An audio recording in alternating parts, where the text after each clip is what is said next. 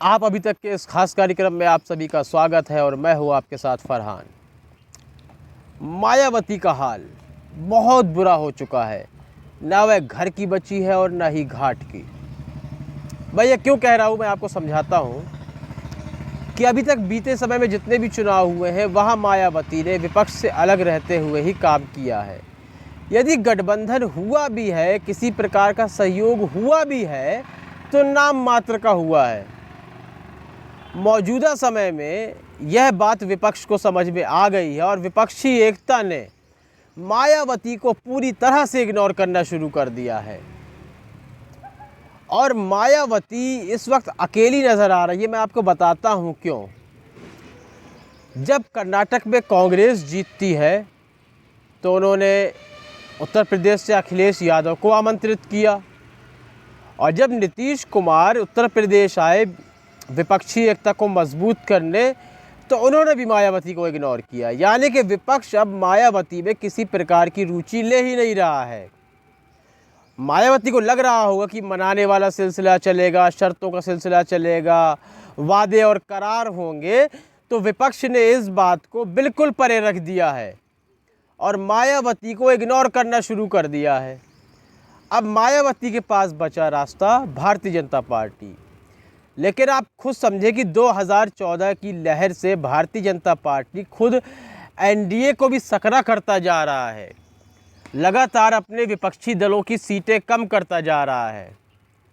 Bharatiya Janata party लगातार कम कर रही है विपक्षी दलों की सीटें और बिना बीएसपी को गठबंधन में रखे हुए भी लहर के चलते उनके पास दलित वोट बैंक इतना है कि उन्हें मायावती की आवश्यकता नहीं है।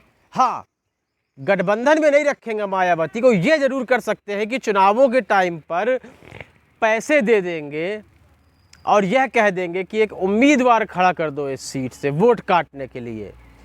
तो मायावती इस वक्त कोई नायिका के रूप में नहीं उभरी और ना ही बीजेपी के सहयोगी के रूप में, बल्कि वोट कटवा के रूप में सामने आई हैं। बीजेपी एक तरह से उन्हें कॉन्ट्रैक्ट के तहत यूज़ करती है। बीजेपी जैसा कि देखिए, ये सियासी गलियारों की बातें हैं। अब आप कहेंगे कि करती है या नहीं करती है, इसका पुख्ता प्रमाण दिखाइए, तो इसका प्रमाण नहीं है मेरे पास। लेकिन कुछ चीज़ें ऐसी होती हैं जिनको प्रमाण की आवश्यकता नहीं होती है, वह सामने दिखती ही हैं कि ऐसा हो रहा है। तो इस बात को भी प्रमाण की आवश्यकता नहीं है कि मायावती वोट कटवा का काम करती हैं। जाहिर सी बात है, इसके लिए पैसे मिलते होंगे या ब्लैकमेल किया जा रहा होगा, किसी प्रकार की रियायत मिल जाती होगी मायावती को, इतना हो सकता है।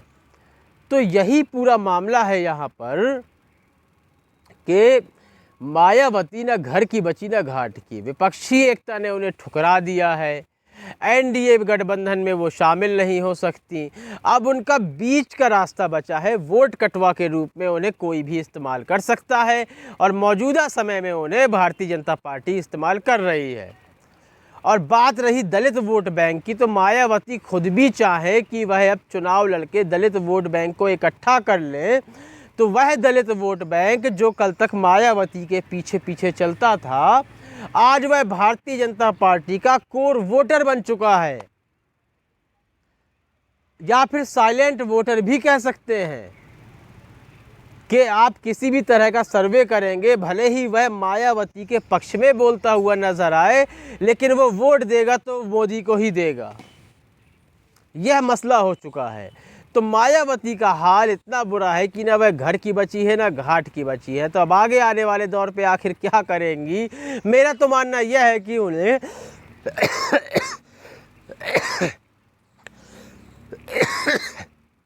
उन्हें विपक्षी दलों के पास जाना चाहिए, उनसे बातचीत करना चाहिए और विपक्षी गठबंधन में एक मजबूत विपक्ष की तरह जुड़ जाना चाहिए और फिर से पुराने अपने अवतार को धारण करके लगातार मेहनत करनी चाहिए।